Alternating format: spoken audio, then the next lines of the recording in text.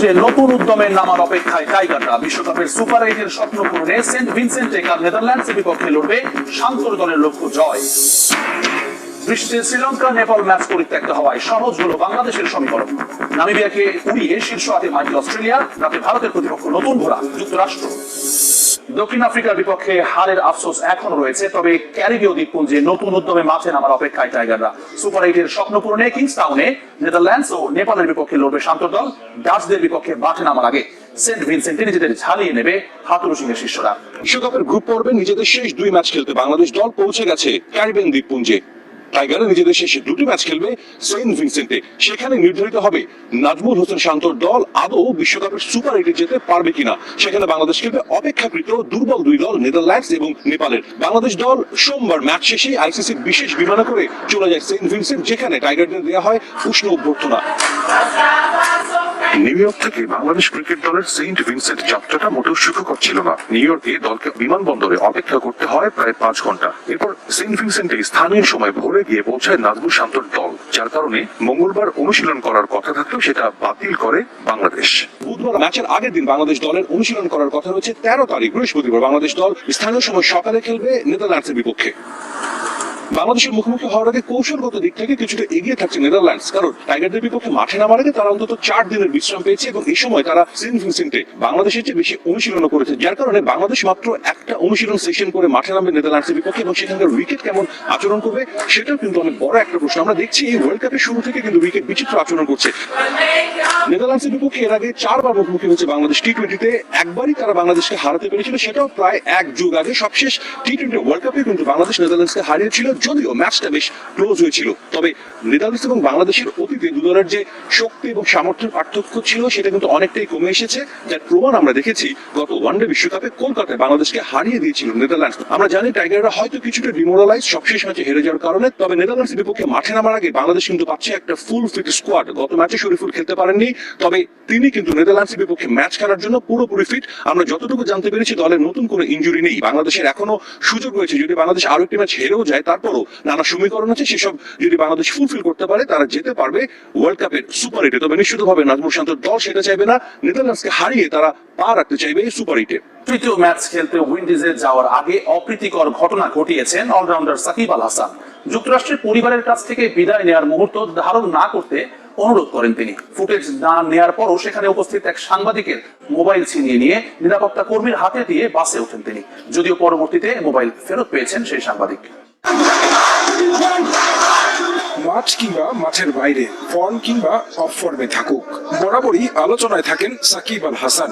Bat বলে বাজে সময় কাটানো সাকিবকে নিয়ে যখন সমালোচনা হচ্ছে, তখন নতুন এক ঘটনা ঘটিয়েছেন টাইগার অলরাউন্ডার। বিশ্বকাপের গ্রুপ পর্বের ম্যাচ শেষ করে যুক্তরাষ্ট্র পাট চুকিয়ে উইন্ডিজে এখন বাংলাদেশ দল। ঘটনাটাও ঘটেছে সেন্ট ভিনসেন্টে যাওয়ার আগে। সাকিবের পরিবার যুক্তরাষ্ট্রের নাগরিক হওয়ায় বলা চলে বিশ্বকাপের মূল সফর শুরু হচ্ছে এখন। ওয়েস্ট ইন্ডিজে যাওয়ার আগে পরিবার থেকে বিদায় নেন সাকিব। এয়ারপোর্টের উদ্দেশ্যে যাওয়ার আগে বাসে নিজের ব্যাগ রেখে পরিবারের সঙ্গে একটু সময় কাটান। এ সময় সেখানে ছিলেন তার স্ত্রী সহ 3 সন্তান।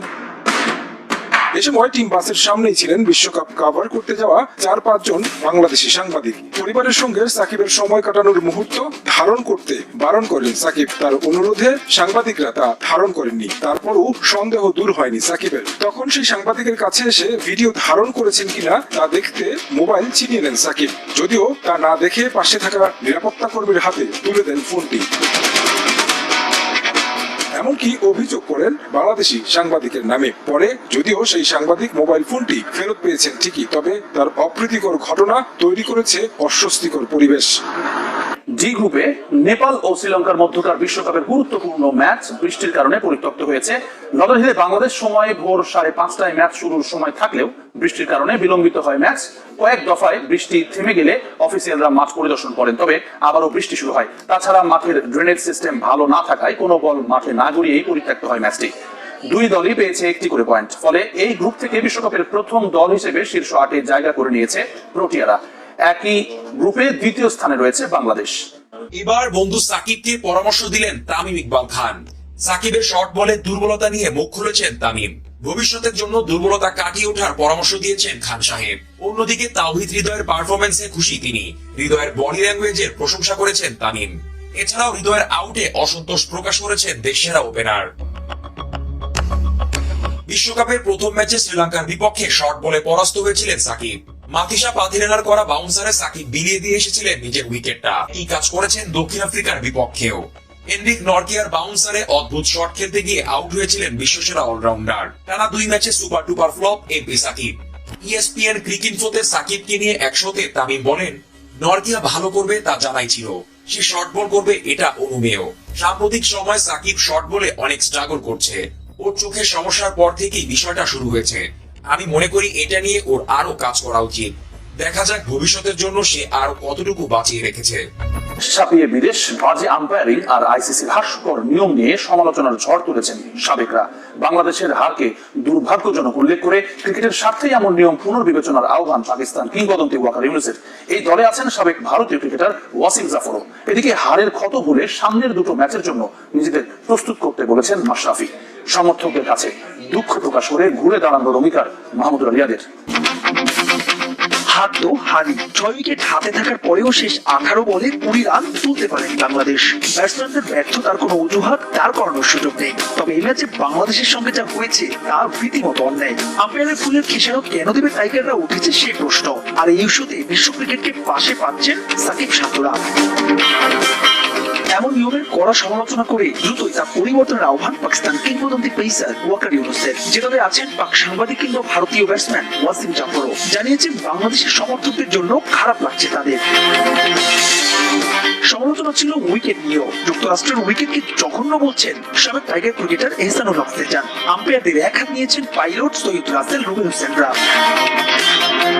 বাদ যাননি এই প্রজন্মের আমর আলীও। এই নিয়মকে জঘন্য বলছেন ইয়াং টাইগারদের বিশ্বকাপ জয়ী অধিনায়ক।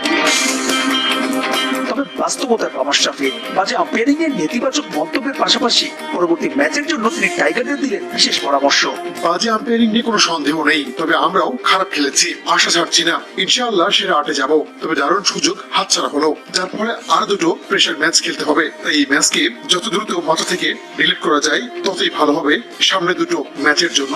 ভক্তদের উদ্দেশ্যে বিশেষ বার্তা দিয়েছেন মাহমুদুল্লাহ রিয়াদও। তিনি এসে তনিরু বড় আক্ষেপ থাকলেও পরের ম্যাচগুলোতে আরো ইতিবাচক ক্রিকেট খেলার প্রত্যাশা তার। নক্ষত্রেরও পতন হয়, তেমনি আমাদের সাকিব আল হাসানেরও হয়তো পতন শুরু হয়ে গিয়েছে। কেননা সাকিব যে এখন আর পূর্বের ন্যায় পারফরমেন্স করতে পারছেন না।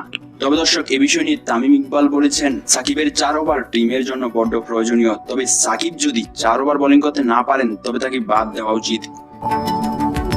তবে যাই হোক প্রিয় দর্শক, তামিম ইকবালের সাথে আপনি একমত কিনা অবশ্যই কমেন্টে জানিয়ে যাবেন।